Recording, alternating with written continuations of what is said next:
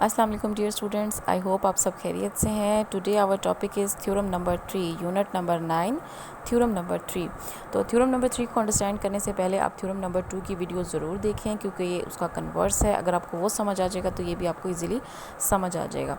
तो चलते हैं फ़िलहाल अपने इस कन्वर्स थ्योरम की तरफ। इसमें हमें क्या कहा गया है कि perpendicular from the centre of the circle is on the chord on a chord bisected. जी, जो आप परपेंडिकुलर ड्रा कर रहे हैं किसी कॉर्ड पर, वो जो कॉर्ड होगी वो उसको क्या करेगा, बाइसेक्ट करेगा। बाइसेक्ट मीन्स कि वो दो बराबर हिस्सों में उसको तकसीम करेगा।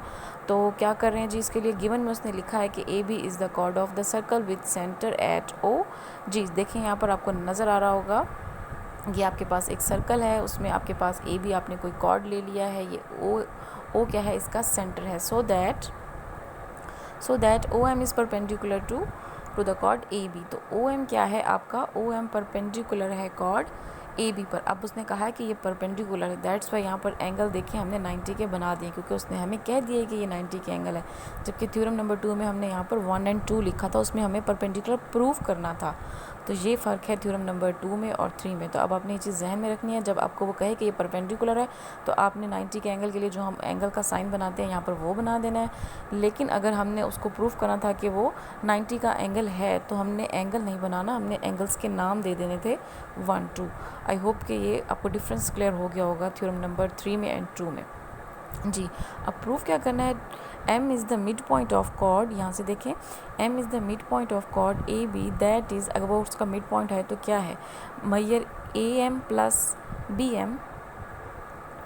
अब डेफिनेटली अगर ये इसका मिड पॉइंट है तो ए एम प्लस, ये थोड़ा सा यहाँ रॉन्ग लिखा हुआ है, यहाँ पे इसको लिखना चाहिए था कि ए एम इक्वल है बी एम के। तो हम इसको करेक्ट कर लें आप लोग, यहाँ पर ये प्लस की जगह पर यहाँ पर आपका इक्वल का साइन आएगा। काइंडली आप लोग यहाँ प्लस की जगह पर इक्वल का साइन लगा लें।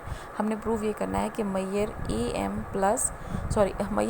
Is equal to measure B M, यानी बाइसेक्ट कर रहा है तो दो बराबर हिस्सों में तकसीम कर रहा है, तो प्लस की जगह पर यहाँ पर साइन आएगा आपका इक्वल का। जी, इसके लिए आपने कंस्ट्रक्शन क्या करनी है, आपने ज्वाइन करना है, join A and B with centre O. आपने ए को ज्वाइन कर देना है ओ से, इसी तरीके से बी को ज्वाइन कर देना है ओ से। तो ये डॉटेड लाइंस में आपको नज़र आ रहा होगा। आई होप कि आपको क्लियर हो गया। जी, फर्दर चलते हैं इसके प्रूफ की तरफ। प्रूफ क्या करना है, अगेन आपको बता रही हूँ कि measure A M is equal to measure B M. ये बुक में मिस्टेक है आपकी, आप काइंडली ठीक कर लें। जी, अब हम चलते हैं इसके प्रूफ की तरफ। जी देखें, प्रूफ में आपने क्या करना है, सबसे पहले वो दो ट्रायंगल्स आपके पास बन रहे हैं जैसे कि आपको प्रीवियस दिखाई गई हैं। आपने क्या करना है, ये और जो दो ट्रायंगल्स हैं बेसिकली ये राइट ट्रायंगल्स हैं, क्योंकि उसने कह दिया था कि ये परपेंडिकुलर आपने ड्रा करना है। तो ये क्या है, आपके राइट ट्रायंगल्स हैं। थ्योरम 2 में क्या था, आपके पास सिंपल ट्रायंगल्स थी, नाम यही था, जैसे कि यहाँ पे ओ ए एम है, वहाँ पे भी ओ यही थी, ओ ए एम और ओ बी एम। हम इन दो ट्रायंगल्स के दरमियान कॉरेस्पॉन्डेंस चेक कर रहे हैं। लेकिन क्या है, यहाँ पे राइट ट्रायंगल है, जबकि प्रीवियस में आपके पास सिंपल ट्रायंगल्स थी। जी, आप कॉरेस्पॉन्डेंस के लिए आप क्या करेंगे, सबसे पहले उसने लिख दिया है कि measure angle O M A is equal to measure angle O M B is equal to 90 degree. जी, ये मैं आपको अगेन डायग्राम से दिखा देती हूँ सर्कल की।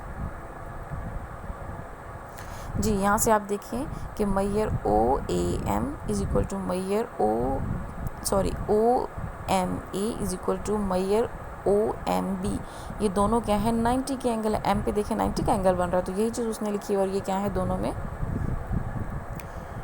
गिवन है ये दोनों का, ठीक है, 90 के एंगल बन रहे हैं दोनों में, तो हमने आगे लिख दिया कि ये गिवन है। इसी तरीके से ओ ए इक्वल है हाइपोटेनियस मैयर ओ ए इक्वल है हाइपोटेनियस मैयर ओ बी। अब 90 के जो सामने वाला एंगल होता है वो बेसिकली क्या होता है, आपका हाइपोटेनियस होता है।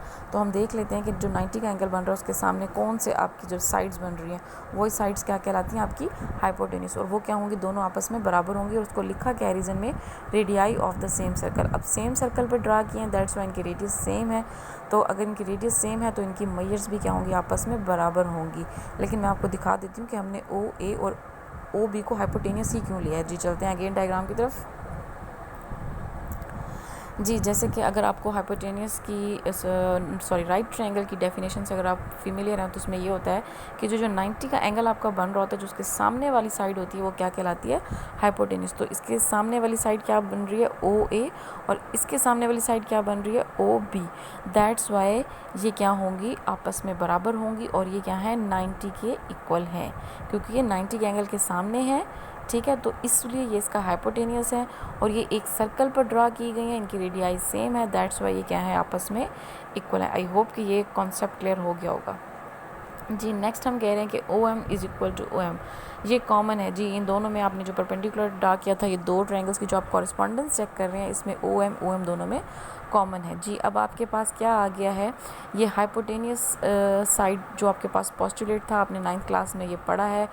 अगर आपको ये याद नहीं है तो काइंडली इसकी भी डेफिनेशन है यूट्यूब पे, आप इसको भी एक बार सर्च कर लें ताकि आपका ये कॉन्सेप्ट भी क्लियर हो जाए। अगर आपके पास हाइपोटेनियस और दो साइड्स बराबर एक एंगल, हाइपोटेनियस साइड की डेफिनेशन बेसिकली क्या होती है कि अगर आपके पास कोई सी दो साइड्स और उन साइड्स में से एक हाइपोटेनियस साइड हो और एक कोई भी साइड हो और एक एंगल, अगर ये बराबर हो जाए तो पूरी की पूरी ट्रायंगल क्या हो जाती हैं, दोनों जिनमें आप कॉरेस्पॉन्डेंस ले रहे हैं वो क्या हो जाती हैं, कॉन्ग्रुएंट हो जाती है। अब पूरी की पूरी ट्रायंगल दोनों कॉन्ग्रुएंट हो चुके हैं तो इसका मतलब है जो इनकी रिमेनिंग साइड्स, रिमेनिंग एंगल्स होंगे वो भी क्या होंगे, कॉन्ग्रुएंट होंगे। उसके बिहाफ पे हम कह सकते हैं कि measure A M is equal to measure B M, और यही चीज़ हमने प्रूव करनी थी कि क्या है, जो हम बाइसेक्ट, हमने कहा था कि बाइसेक्ट कर रहा है, तो वो मैंने आपसे कहा था जहाँ यहाँ पे प्लस का साइन लगा हुआ था प्रूव में, तो वो गलत था। देखें तो हमने प्रूव यही करना था कि ए एम इक्वल है बी एम के, जो हम प्रूव कर चुके हैं। और रीज़न में वो क्या लिखा है कि ये corresponding sides of a congruent triangle हैं।